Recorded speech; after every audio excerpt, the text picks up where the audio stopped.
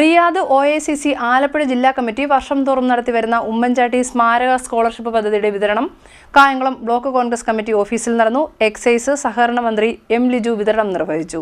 Riyadh OICC Alappuzha ജില്ലാ committee വർഷം തോറും നടത്തിവരുന്ന ഉമ്മൻചാണ്ടി സ്മാരക സ്കോളർഷിപ്പ് പദ്ധതിയുടെ വിതരണം കായംകുളം ബ്ലോക്ക് കോൺഗ്രസ് കമ്മിറ്റി ഓഫീസിൽ സംസ്ഥാന എക്സൈസ് സഹകരണ വകുപ്പ് മന്ത്രി M. ലിജു നിർവഹിച്ചു. അവർക്ക് പ്രവാസികളായി പോകേണ്ടി വരുന്നവരുടെ മനസ്സിലാഗ്രഹം കൊണ്ടല്ല, അവരുടെ കുടുംബത്തെ നമ്മളെ മുന്നോട്ട് കൊണ്ടുപോകാൻ വേണ്ടിയാണ്. പക്ഷേ ഇതിനിടയിലും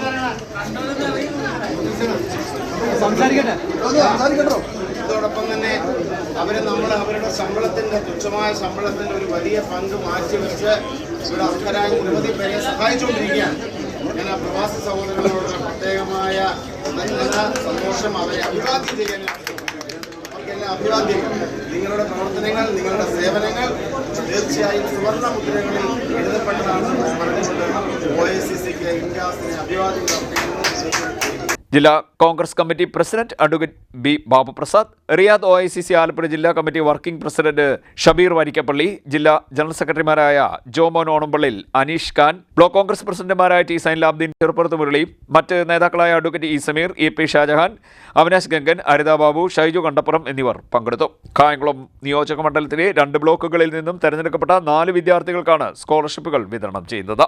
CDNet ന്യൂസ്, കായംകുളം.